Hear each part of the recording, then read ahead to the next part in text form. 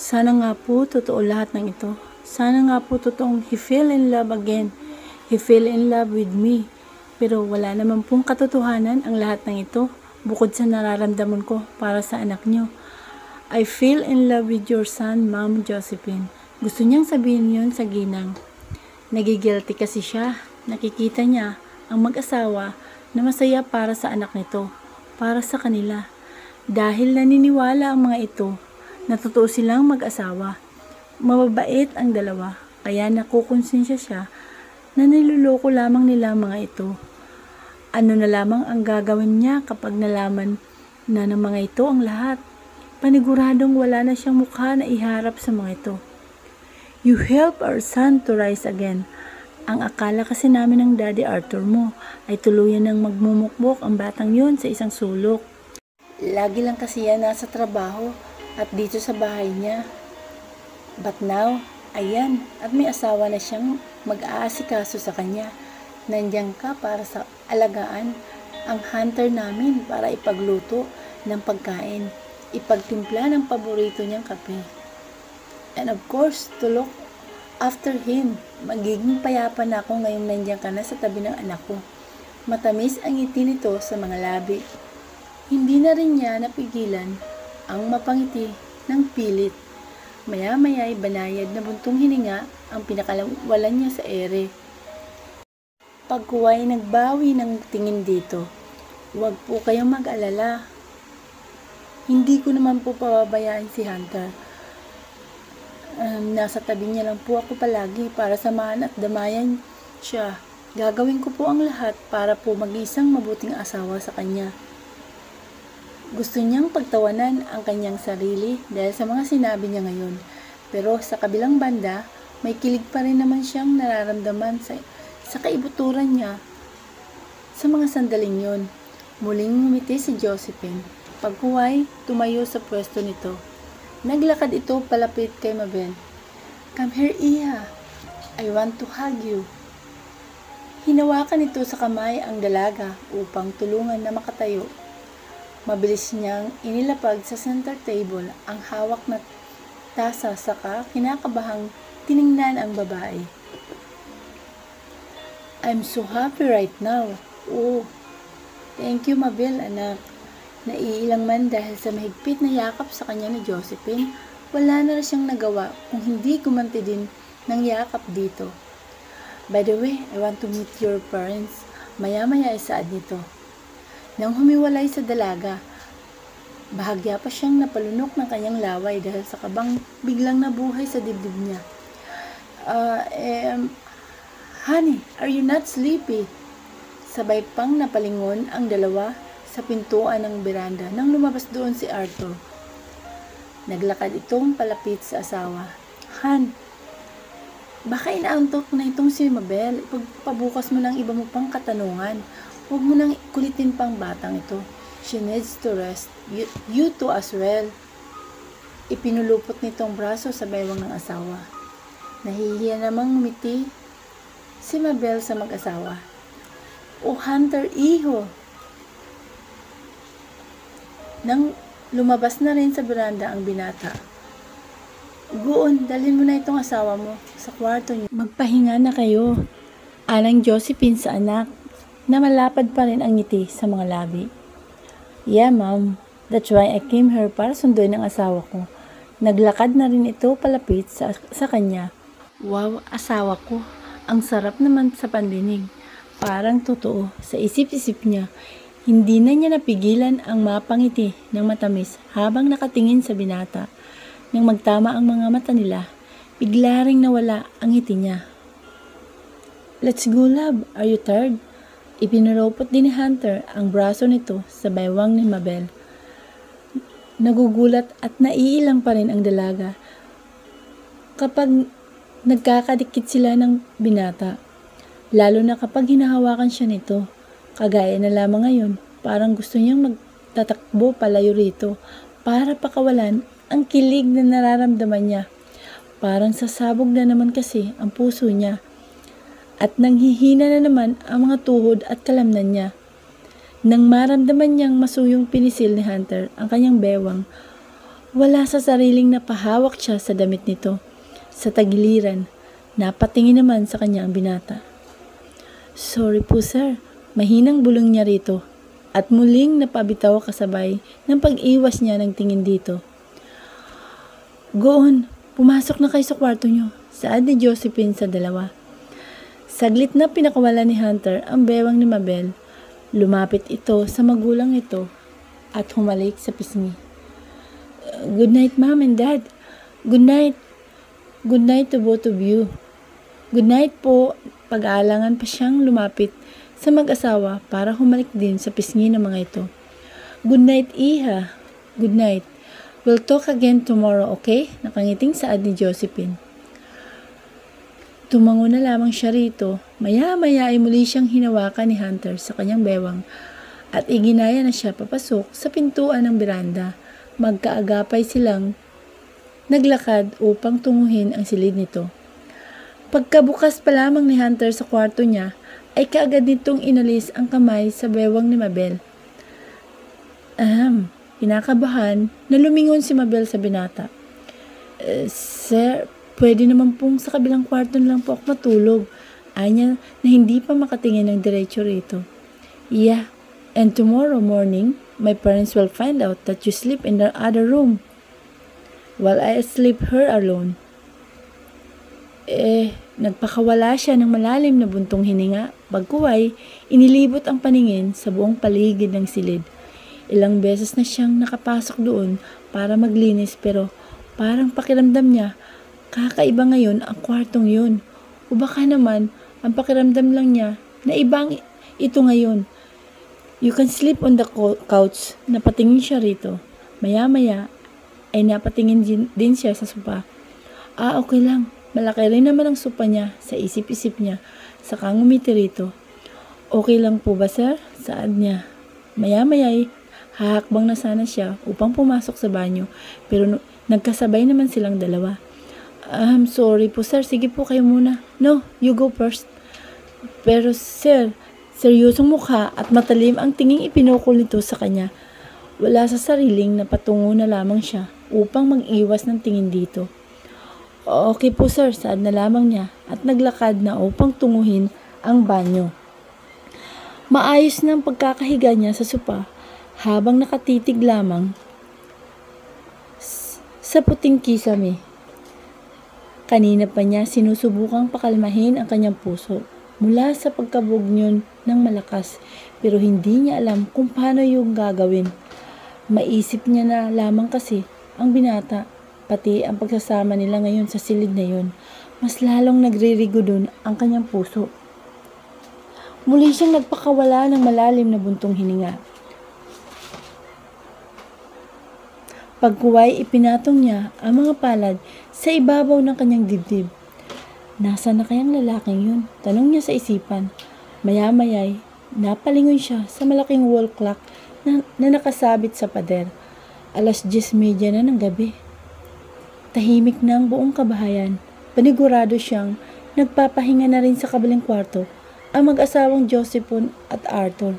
Pero ang binata, hindi niya alam kung nasaan na ngayon. Hindi siya sigurado kung nasa bahay ito o umalis. Kanina kasi, pagkalabas niya ng banyo, hindi na niya ito nadatnan doon. Nakatitig lamang siya sa puting kisame. Banayad na gumagalaw ang kanyang mga paa, maging ang mga daliri sa kanyang kamay. Maya-maya'y muli siyang nagbuga ng malalim na paghinga. Namamahi siguro ako.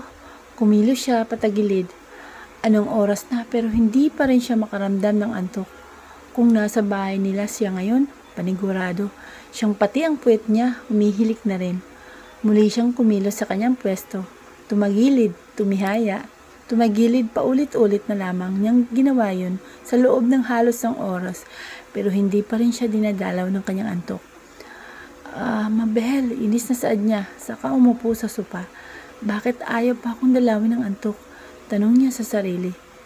Napatingin siya sa kama ng binata. Wala pa rin ito roon. Makaraan ang ilang saglit na pagtunganga sa kanyang pwesto, ay nagpasya siyang tumayo. Pagkasuot sa tsinelas, ay inayos niya muna ang suot niyang pantulog. Saka siya naglakad palabas ng silid. Bumaba siya sa hagdan upang tunguhin ang kusina. Magtitimpla na lamang siya ng gatas para makatulog na siya. Malalim na buntong hininga ang pinakawala ni Hunter sa ere. Pagkuhay muling kinuha ang rock glass na sa gilid ng lounge chair. Iniisang lagok niya ang natitirang laman yun at muling nagsalin doon. Nakatanaw lamang siya sa dulo ng swimming pool, malayong lipad ng kanyang isipan. Mahigit 1 oras na siyang nakaupo roon. Okupado ng maraming bagay ang kanyang isipan. Katulad na lamang sa hindi niya maintindihang nararamdaman ng kanyang puso sa mga sandaling yun.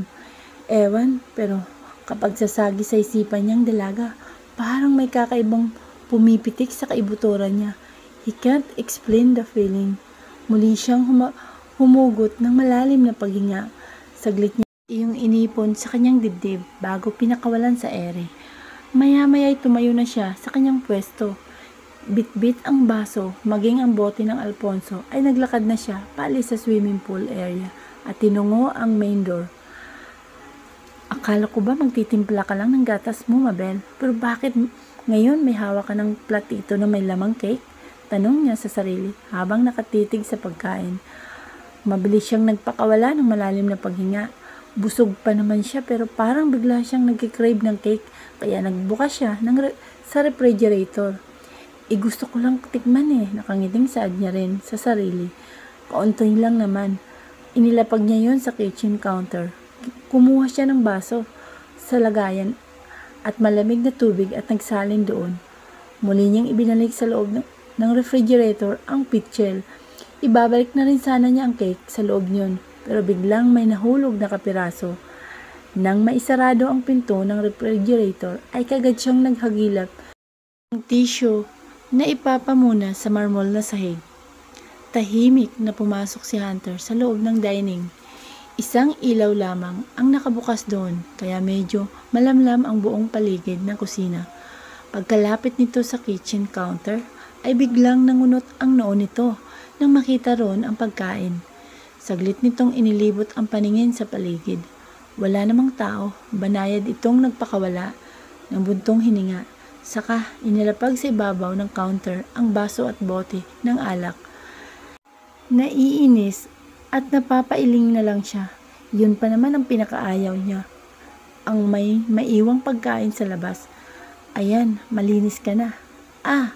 Biglang napasigaw si Mabel nang pagkatayo niya ng tuwid ay tumambad sa harapan niya si Hunter. Nakatanghod ito sa gilid ng kitchen counter. Kagaya niya ay nasa mukha rin nito ang pagkagulat dahil sa kanya. Jesus, what are you doing? Sir, sabay pang saad nila. Nakakagulat ka naman po, sir. Aatakihin ako nito sa puso Reklamo pa niya habang nakahawak sa tapat ng kanyang dibdib. Nakakunot pa rin ang noo ni Hunter habang nakatingin sa kanya ng matalim. Ano ba kasing ginagawa mo riyan? Galit na tanong nito. Nililinisin ko lang po yung nahulog na cake, sagot niya. At bakit po kasi kayo pumapasok dito ng tahimik? Hindi ko po tuloy na malaya na nandito ka na. May paninisiring saad niya. Malalim na buntong hininga lamang ang pinakawala ni Hunter, saka tinapunan muli ng tingin ang pagkain. You shouldn't eat sweets in the middle of the night. Seryosong saad nito sa kanya. Napatingin din naman siya sa kinuha niyang pagkain. You may not be able to sleep all night, dagdag pa nito. Alam naman niya yun. Nagkikrave siya sa pagkain yun Muli siyang napatitig sa binata nang maramdaman niyang nakatitig pa rin to sa kanya. Naroon na naman ang pamilyar na kiliti sa kanyang sikmura at puso. What? Masungit na tanong sa kanya ng binata. Wala po sir, anya at nauuhaw lang po ako. Mabilis niyang dinampot ang baso na nasa harapan niya. Saka inubos niyang inumin ang laman yun. Para kasing nanunuyo ang kanyang lalamunan. Maya-maya ay bigla siyang napaubo ng sunod-sunod. Halos maibuga pa niya, yun ang naramdaman niyang matinding pagkaguhit ng pait at init sa lalamunan niya. Panay pa rin ang pag-ubo niya. Maluhaluhang napatingin siya sa basong hawak niya. Ang akala niya ay ang basong nilagyan na niya ng tubig. Kanina ang nadampot niya, ibang baso pala yun. Wala sa sariling napatingin siya sa ibabaw ng lamesa. Alak pala ng binata ang nakuha niya at naroon sa counter ang baso ng tubig niya. Halos masuka siya sa tindi ng pait at pangit na lasa ng alak. Ramdam niya rin ang pag-iinit ng buong mukha niya, maging ang kanyang lalamunan. Gusto niyang tumakbo sa lababo para doon maduwal, pero nang makita niya ang seryosong mukha ng binata, pilit nang ngiti na lamang ang ibinigay niya rito. Alak po sir, gusto mo? Tanong niya rito habang nag-uumpisa na mag-init ang buong katawan niya dahil sa alak. Mukhang bigla ring umikot ang kanyang paningin. Idiot, tanging nasambit ni Hunter habang napapailing pa itong nakatitig sa dalaga. Dahan-dahan na umakyat si Mabel sa mataas na hagdan habang nakahawak siya sa handrail. Bukod sa nag-iinit pa rin ang buong katawan niya dahil sa nainom niyang alak, kanina sa kusina, nahihilo na rin siya at parang umiikot ang kanyang paningin. Sa takot na baka mahulog sa hagdanan, ay dahan-dahan lamang ang hakbang niya pataas. Umiikot ka na, sabi niya pagkuway mahinang tumawa habang itinuturo ang baitang na nasa taas niya. Malalim na buntong hininga ang pinakawala ni Hunter sa ere habang nakasunod siya sa dalaga at pinagmamasdan ito. Maya-maya ay parang naiiyak na naman si Mabel at napahawak sa kanyang sentido. Kaya ayokong uminom ng alak Ang pangit ng lasa. Tapos nakakahilo pa. Reklamo pa nito at muling umakyat ng isang beses. Tila naiinip naman si Hunter na nakatayo lamang sa likuran ng dalaga. Maya-maya ay muli siyang napabuntong hininga habang nakahawak pa rin ang isang kamay sa handrail. Nakasuporta ang braso niya sa baywang ni Mabel. Paano naman kasi pag-gewang-gewang na umaakyat ang dalaga? Baka mamaya ay bigla na lamang itong mamali ng hakbang at mahulog. Idikargo di konsensya pa niya ito. Go on, walk! Nahihilo man at nanlalabo ang mga mata, ay nilingon ni Mabel ang binatang nagsasalita sa likuran. Nangunot pa ang noo nito at napatitig sa mukha ni Hunter. Maya-maya bigla itong natawa ng malakas. What's the funny? Inis na tanong ni Hunter habang seryosong nakatitig sa mukha ni Mabel. Naiinis na talaga siya sa dalaga. Kanino pa ito panay ang tawa at daldal. Hindi na lamang tuloy humakbang at nang makapanhik na sila sa kwarto at pareho na silang makapagpahinga. Medyo may tama rin siya dahil sa ininom na alak kanina, kaya medyo inaantok na rin siya. Dalawa na ang mukha mo. Humahagik pa ito habang tinuturo ang mukha niya. Mas lalong nagsalubong ang mga kilay ni Hunter. Come here. Walang paalam na kinuha niya ang kamay ng dalaga na nakahawak sa handrail at hinila ito palapit sa kanya. Nang maipulupot niya ang isang braso sa likuran nito, ay mabilis niya ring nilusot sa ilalim ng mga hita nito ang isa pa niyang braso para walang kahirap-hirap na kinarga niya ito at nagtuloy na ang akyat sa hagdan. Si Mabel naman ay napahagikik pa rin siya habang nakapilig na ang ulo sa balikat niya. Saan mo ba ako dadalhin? Ha? Tanong ng dalaga habang nakapikit na ang mga mata. Ang bango mo naman, saad pa nito at inilapit ang palad sa dibdib ni Hunter. Hindi naman sumagot ang binata. Nang marating niya ang tapat ng kanyang silid, ay kagad niyang binuksan ang pinto at pumasok doon. Walang pagdadalawang isip at maingat na inilapag niya ang dalaga sa malambot niyang kama. Hindi niya alam kung lasing ba siya. Talaga itong babaeng to o ano? Well, alam niyang madaling matamaan ng alak ang mga taong hindi mahilig uminom, lalo na kapag hard drink, at mukhang yun siguro ang nangyari ngayon kay Mabel. Ang init! Anang dalaga at umangat ang kamay at itinaas ang laylayan ng pantulog nito. Mabilis namang naiwas ni Hunter ang kanyang paningin sa dalaga. Parang gusto kong maligo. Mula sa gilid ng kanyang mga mata, kita ni Hunter na umupo sa kama niya si Mabel. Maya-mayay, nang mapalingon siyang muli rito, hinuhubad na ni Mabel ang suot nitong pantulog. Mabilis na hinawakan niya ang kamay ni Mabel upang pigilan tong gawin yun. What are you doing? Nauutal na tanong niya. Inaantok na nag-angat naman ang mukha si Mabel. upang salubungin ang tingin ng binata. Ilang saglit itong tumitig sa kanya. Gusto kong maligo, nainitan ako eh. Saad nito. In the middle of the night, Miss Alfanta? Nainitan nga ako eh. Ngumuso pa ito habang nakakunot ang noo. Dumako ang mata ni Hunter sa mga labi ni Mabel. Makailang saglit lang din ay pilit niyang ipinilig ang kanyang ulo at muling tinitigan ang mga mata ng dalaga. No, you can. You can't. Pagkuway tumuwid siya ng patayo. You're drunk. You can take a shower alone. Dagdag pa niya. Di samahan mo na lang ako. Malapad ng ngiti ang sumilay sa labi ni Mabel habang nakatingala sa binata. Nagsalubong ang mga kilay ni Hunter at muling napatitig sa namumungay na mata ni Mabel. She's really drunk, sa isip-isip niya. Hindi ko kayang maligo mag-isa. Just sleep now. Putol niya sa iba pa niyang sasabihin ni Mabel sa kanya. Muli niya itong hinawakan sa braso at iginaya pahiga ulit sa kama. Sleep. Inayos pa niya sa ibabaw ng dalaga ang makapal na kumot niya. Mainit eh, parang batang nagmamaktol na saad ng dalaga.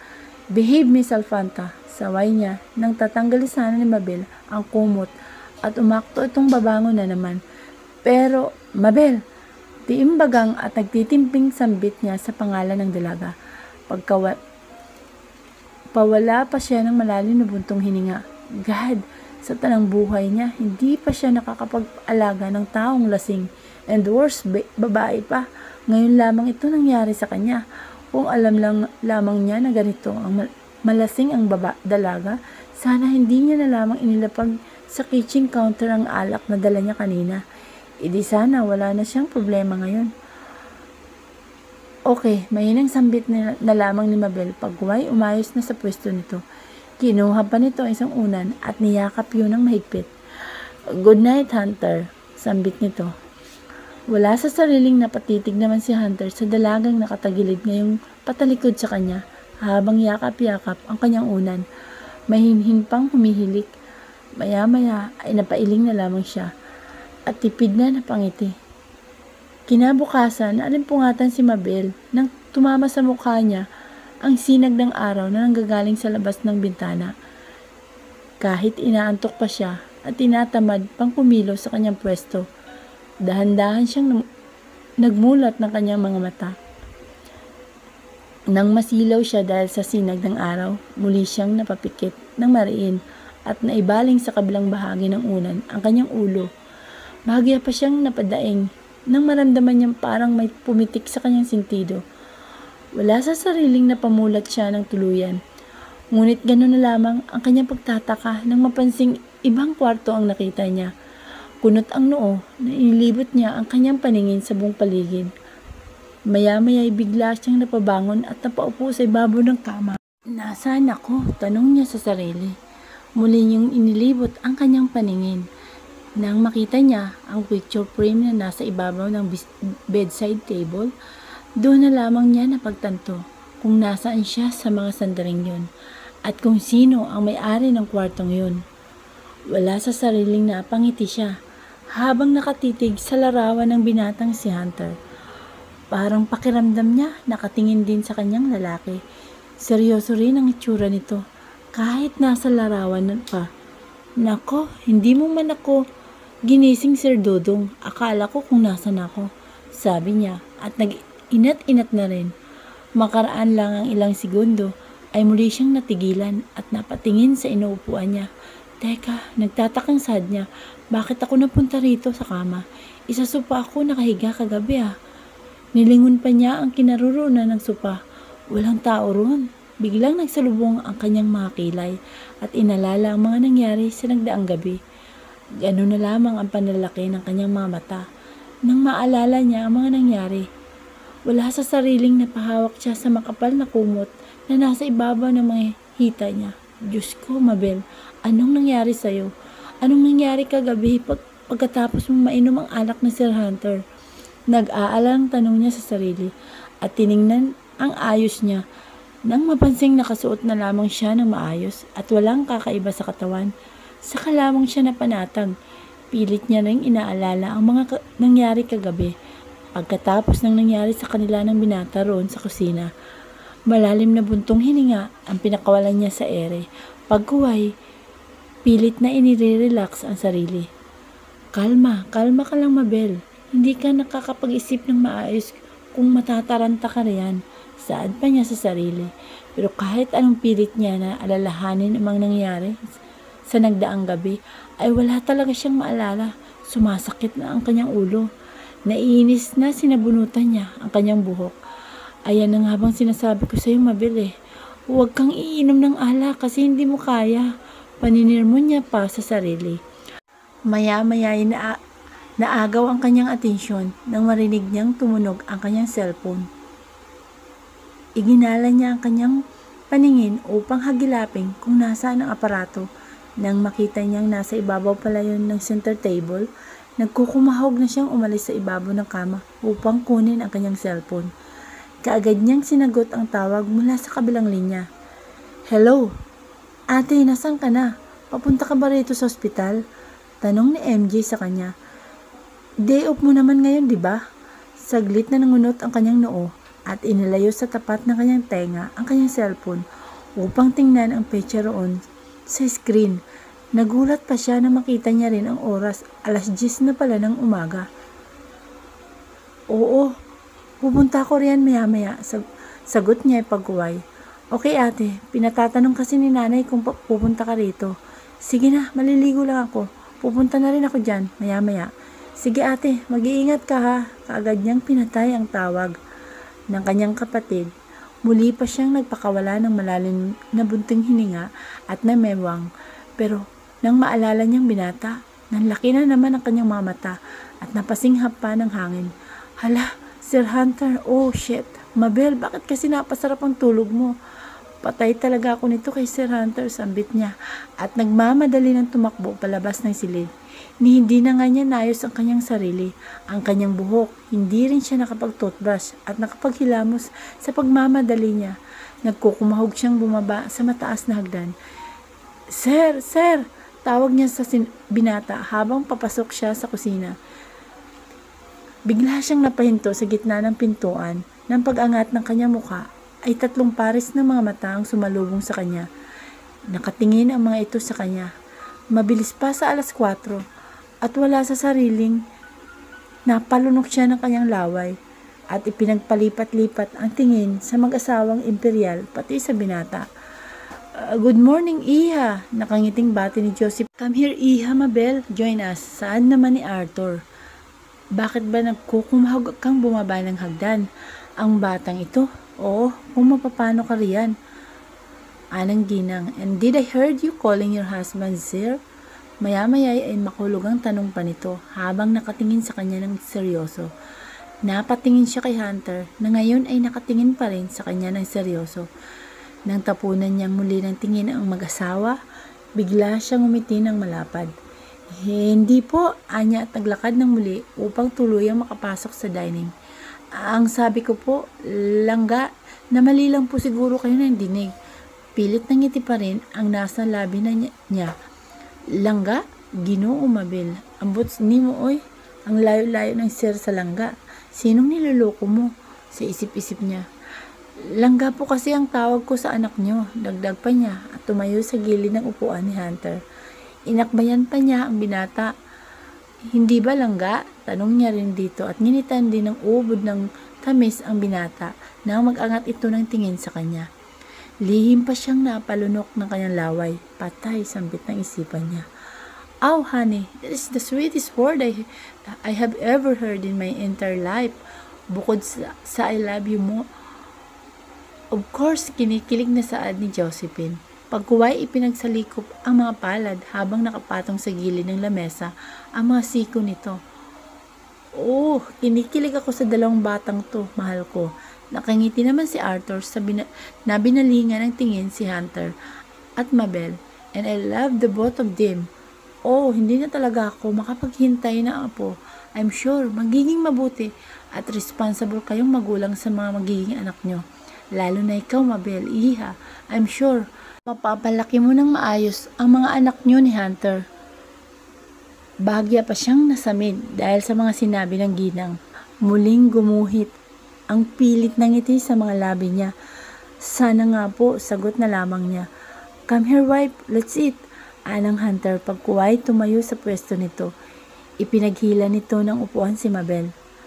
Lihim naman siyang ikinilig ng gusto dahil sa ginawang yun ng binata. Thank you lang ga ha, saad niya na makaupo na siya sa silyang nasa tabi ng binata. Oh, by the way, I made a soup for you, Iya. Anang Josephine. Napatitig naman siya sa bowl na nasa harapan niya. Sopas nga ang laman yon.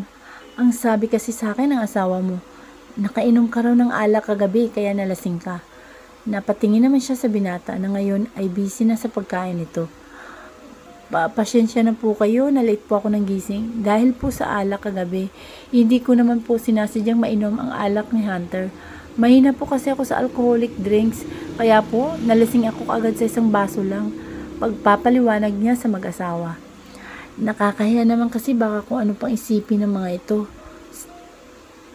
Anong oras na siyang nagising tapos ang ginang pa ang nagluto ng agahan nila. Hindi ba't nakakahiya mga ngayon?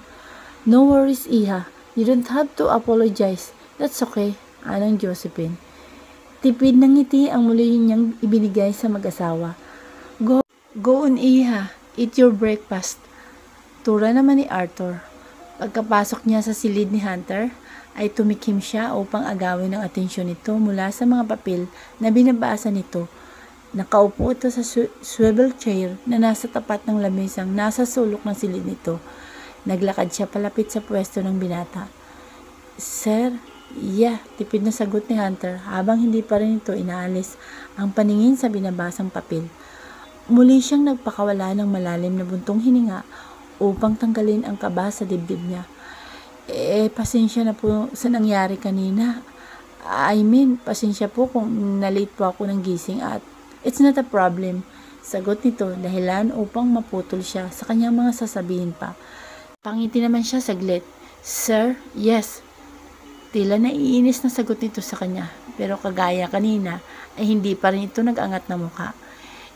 Tatanong ko lang po sana kung saglit siyang inatigil sa pagsasalita. Gusto niya sanang itanong dito kung anong nangyari kagabi pagkatapos nila sa kusina. Wala pa rin kasi talaga siyang maalala. Gusto niya ring itanong sa binata kung paano napunta siya sa kama.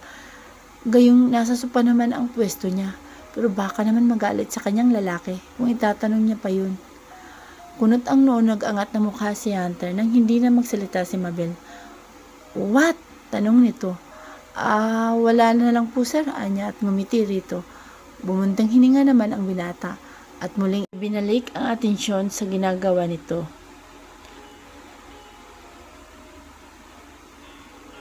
Ano Mabel, diyan ka na lang ba tatayo? Tanong ng kanyang isipan.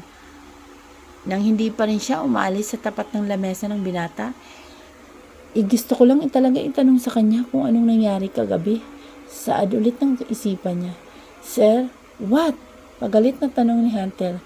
Inilapag nito sa lamesa ang hawak ng mga papel at magkasalubong ang mga kilay na nag-angat ng mukha upang tingnan ang dalaga. Biglang kumabog ng malakas ang puso niya na makita niyang umigting ang mga panga ng binata. Bigla siyang nakaramdam ng takot dito. What, Miss Alfanta? You're disturbing me. Wala na lang po, anya at nagbaba na ng tingin siya. Sorry po sa istorbo, sabi niya at naglakad ng palayo sa tapat ng lamesa nito. Tinungo niya ang sopa at doon ay tahimik na umupo habang nakatungo pa rin. Magtatanong lang naman ito Ang sungit-sungit talaga niya sa isip-isipan niya habang kumikibot ang kanyang bibig. Napabuga na lamang ng malalim na paghinga si Hunter upang tanggalin ang inis para sa dalaga kung bakit kasi ang kulit nito at iniistorbo ang kanyang trabaho. Nakapangulumbaba si Mabel habang nakaupo siya sa silyang nasa tapat ng lamesa. Naroon siya sa gilid ng swimming pool. Malayo ang kanyang tingin. Halos may kalahwatang oras na siyang nakatambay doon. Hindi pa siya makaalis sa bahay ng binata dahil hindi pa siya makapagpaalam dito na pupunta siya sa ospital para dalawin ang kapatid niya. Pagkalabas niya kasi kanina sa silid ni Hunter ay hindi na siya umulit na pumasok doon. Baka magalit na naman to sa kanya at sabihing iniistorbo niya ang trabaho nito. Muli siyang nagpakawala ng malalim na buntong hininga. Pagkuway, tumuwid sa pagkakaupo at sumandal sa silya. Tapos na kaya siya sa trabaho niya? Tanong niya sa sarili. Saka lumingon at tiningala ang biranda ng silid ng binata na nakaharap sa swimming pool area. Mabil-iha! Napatingin din siya sa ginang nang marinig niyang tinawag siya nito. Papalapit na ito sa pwesto niya kaya kaagad siyang tumayo at sinalubong ito. Aalis po kayo? Nang makita niyang nakaayos ito at may dalang bag. Aalis kami ng Daddy Arthur mo, sagot naman ito. Gusto sana kitang isama para makapamasyal din tayo sa labas. Pero mukhang may lakad at ata kayong mag-asawa. Nangunuot pa ang kanyang noo dahil sa sinabi nito. Lakad? May lakad kami ni Sir Dudong? Tanong niya sa sarili. Maybe next time. Ngumiti na lamang siya rito. Okay lang po, mag-enjoy po kayo, sabi niya. Well, mauna na kami ha. Niyakap muna siya nito at hinalikan din sa magkabilang pisngi. Bye, Iha. Mag-iingat po kayo. Nakangiting kumaway pa siya rito at sinundan ito ng tingin hanggang sa makalapit ito sa sakyang naroon sa tapat ng main door. Kumaway ulit siya nang makita niyang ngumiti sa kanya ang asawa nitong si Arthur. Nang makalabas na sa gate ang sasakyan, ay saka naman siya pumasok sa kabahayan. Saktong nasa sala siya na makita niyang pababa naman ng hagdan ang binata. Nakasuot lamang ito ng black walking short at puting sando. May bitbit din itong puting towel. Hindi niya tuloy mapigilan ang kanyang sarili na mapatitig dito. Hayun na naman ang kakaibang kabog ng kanyang dibdib. Parang nag-slow motion din ang buong paligid niya at ng binata. Habang sinusundan niya ito ng tingin, iba talagang dating sa kanya ni Hunter. Parang habang lumilipas ang mga araw na lagi niya itong nakikita ay mas lalo lamang lumalalim ang pagtingin niya rito. At nasabi na ba niya kung gaano ito kagwapo ngayon dahil sa suot nitong pambahay lamang? Well, he's totally hot. Bagay na bagay dito ang kulay puting damit. Isama pa na parang nanggagalaiti ang mga muscles nito sa braso. His broad and wide chest, parang kaunti na lamang ay mapupunit ng damit nito dahil sa sobrang pagyakap niyon sa katawan nito. Wala sa sariling napalunok siya ng kanyang laway at ipinilig ang kanyang ulo. Maya-maya ay sumilay ng malapad at matamis na ngiti sa mga labi niya. Miss Alfanta, yes lang ga, malambing at nakangiting sabi niya rito. Biglang nangunot ang noo ni Hunter at napatitig sa dalagang nakatulala sa kanya. Hindi niya alam kung anong sasabihin dito dahil sa muling pagtawag ni Mabel sa kanya ng langga. Nakaka-cringy pero parang sweet din lalo na at sa dalaga lamang niya narinig ang katangang yun. Bumuntong hininga siya at maya-maya'y umakyat ang kamay niya sa pinitik ang ulo ng dalaga dahilan upang mabalik ito sa wesyo. Sorry po sir, nahiyang paghingi niya ng paumanhin dito at mabilis na nag-iwas ng tingin. Namaywang ang binata habang hindi pa rin inalis ang paningin sa nakayukong dalaga. Ano ba naman yan, Mabel? Bakit kasi bigla-bigla ka na lang natutulala riyan? Ayan tuloy at napapahiya ka dahil sa ginagawa mo. Paninirmon niya sa sarili habang nakayuko pa rin. Talaga ba, langga? Talaga ha? Nako, kung pwede lang siya magpalamon ngayon sa marmol na sahig sa kinatatayuan niya. Magpapakain talaga siya para lang mawala siya sa paningin nito. Lalo pat ramdam niya ang pag-iinit na kanyang mukha dahil sa pagkakapahiya dito. Give me a cup of coffee. Napaangat ng kanyang mukha nang bigla itong naglakad palayo sa kanya. Sinundan niya ito ng tingin. Hurry up, Miss Alfanta. Bigla siyang napakilo sa kanyang kinatatayuan. Yes sir, coming po, sabi niya at nagmamadaling naglakad papunta sa kusina. Pagkalabas niya ng bahay ay kaagad niyang nandinig ang tampisaw ng tubig sa swimming pool. Ewan pero biglang sumilay ang maliit na ngiti sa mga labi niya nang pumasok sa isipan niya ang binata na naliligo sa pool kagaya nung unang beses na nakita niya itong naliligo ron. Sigurado siyang makikita na naman niya ang katawan nito. Mas lalong bumilis ang paghakbang ng mga paa niya habang bitbit ang tasa ng kape na nakapatong sa maliit na plateto. Nang marating niya ang swimming pool area, tama nga siya sa kanyang hinala. Naroon sa tubig ang binata at naglulunoy, minsan pang sumisid at lalangoy. Kitang-kita niya ang bawat galaw ng muscles nito sa tuwing lalangoy ito. Mula sa dulo ng swimming pool, papunta sa kabilang dulo naman. Hindi na nagsawa ang kanyang mga mata sa natitigan ito mula sa malayo. Banayad na bumuntong hininga ang pinakawalan niya sa ere. Pagkuway, inilapag sa lamesa ang tasa ng kape. Nang makalapit na siya roon, umupo pa siya sa silyang naroon at matamang tinitingnan ang binata. Hanggang sa umahon ito mula sa tubig. Pigil pa niya ang pagkagat sa pangilalim niyang labi, pati ang paglunok ng kanyang laway. Nang muli niyang masilayan ang maganda nitong katawan, sa bawat pagpatak ng butil ng tubig mula sa hibla ng mga buhok nito, pababa sa matipunong katawan nito, mapapasunod ang kanyang mata. Diyos na mahabagin, bakit po ba napaka-bless ko nitong mga dagdaang araw?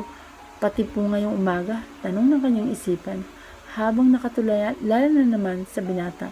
Kung sana totoong mag-asawa na lang kami ni Sir Dodong, naku, hindi talaga ako magsasawa sa kanya. Sino ba naman ang magsasawa kung ganito kagwapo ang asawa mo? Wala, hindi ba? Baliw ko na lang kung magpagsasawaan mo pa ang isang Hunter Silas Imperial. Dinampot ni Hunter ang puting tuwalya na nasa ibabaw ng lounge chair. Saka ito ipinulupot sa baywang nito at naglakad palapit sa dalaga. Miss Alfanta, you're stunned again?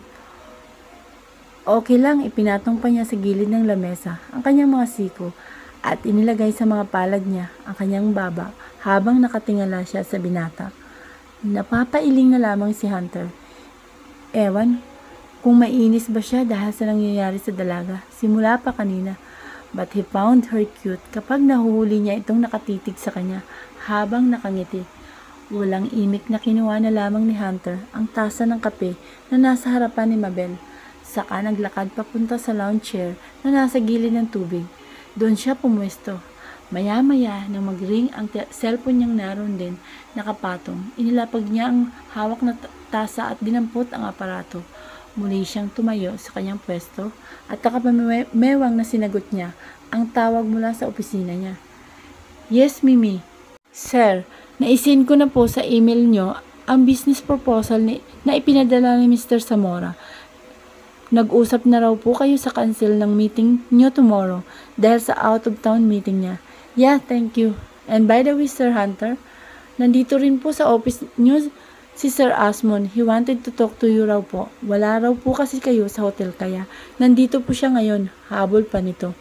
Okay, just tell him to wait for me. I'll be there in a minute. Okay po, Sir Hunter. Kaagad naman niyang pinatay ang tawag. Pagkatapos, inilapag niya ulit sa lounge chair ang cellphone at muling dinampot ang tasa ng kape. Maya-maya pagkalingon niya sa dalaga ay nahuli na naman niya itong nakatitig sa kanya. What are you looking at? Seryosong tanong niya. Mabilis namang napatuwid ng upo niya si Mabel. Ha? Pagkuway umiling siya. O wala, may tinitingnan lang ako sa ulap, sabi niya at kunwari ay tumingala sa kulay asul na kalangitan.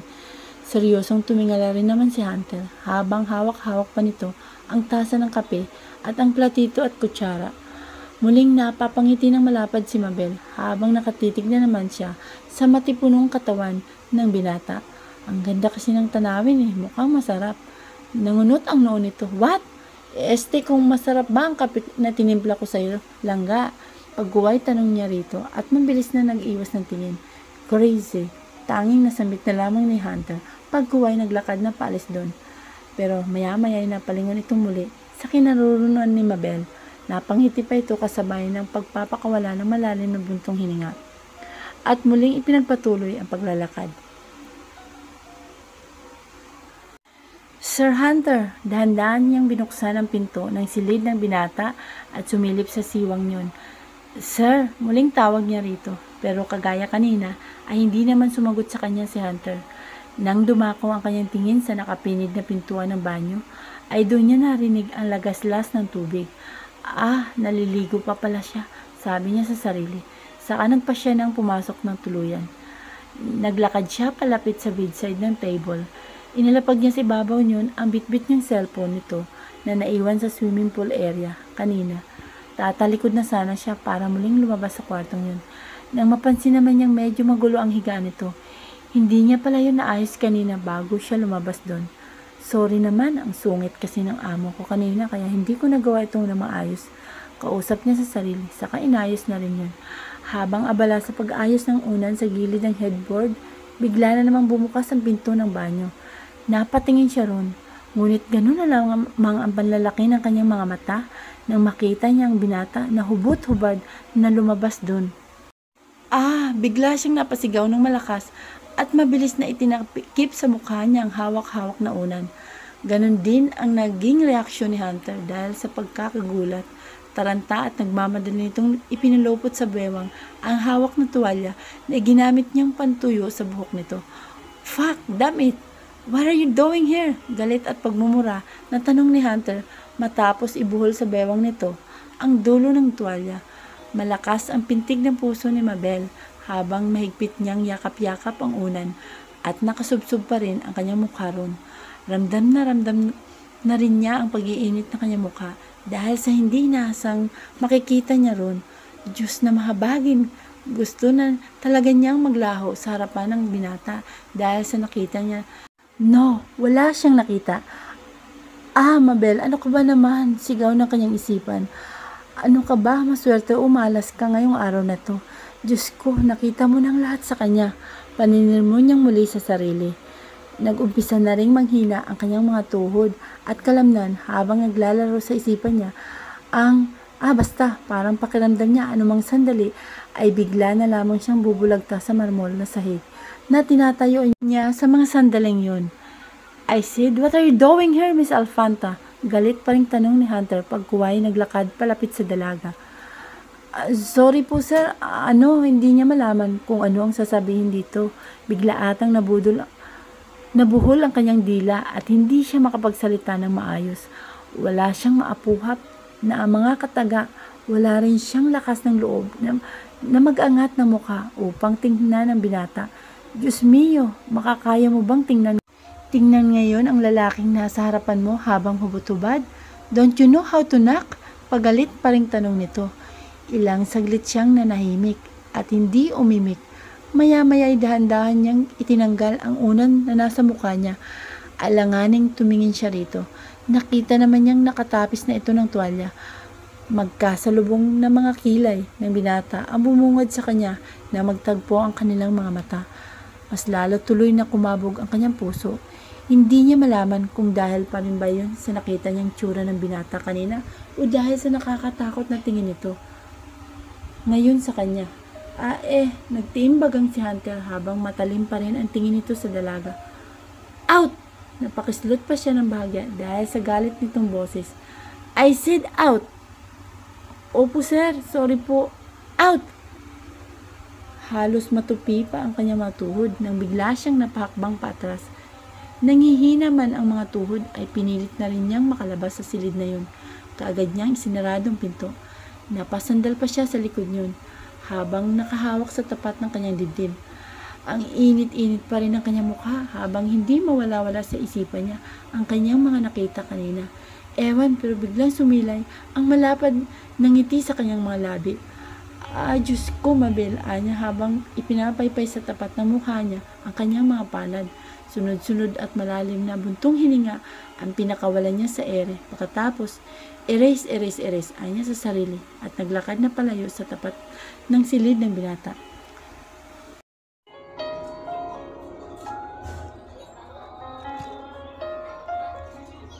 Nay, kumusta po si Ken?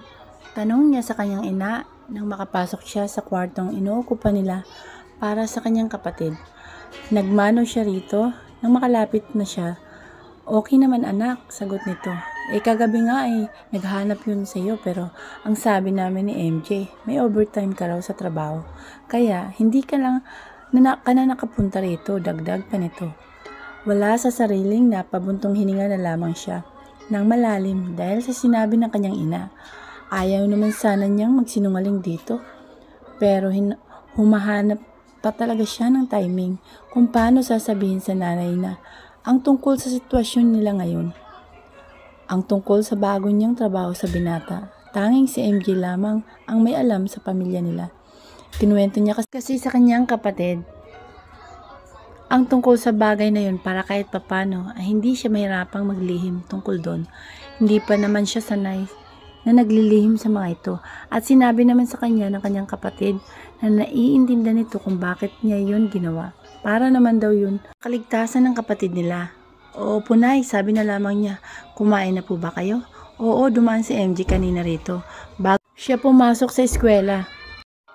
Ganun po ba? Sige nay, magpahinga na po muna kayo at ako nang bahala rito. Sige at kanina pa nga ako inaantok.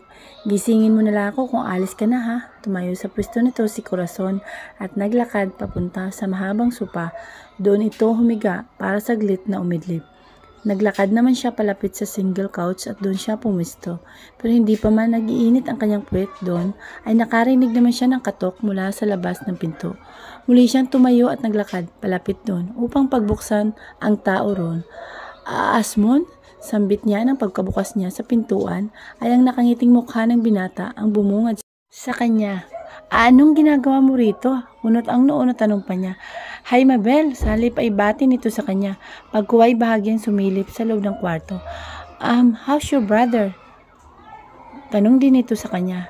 Niluwagan naman niya ng pagkakabukas ng pintuan upang papasukin ito sa loob ng pagkatapos ay tinapunan niya ng tingin ang kapatid na mahimbing na natutulog sa hospital bed.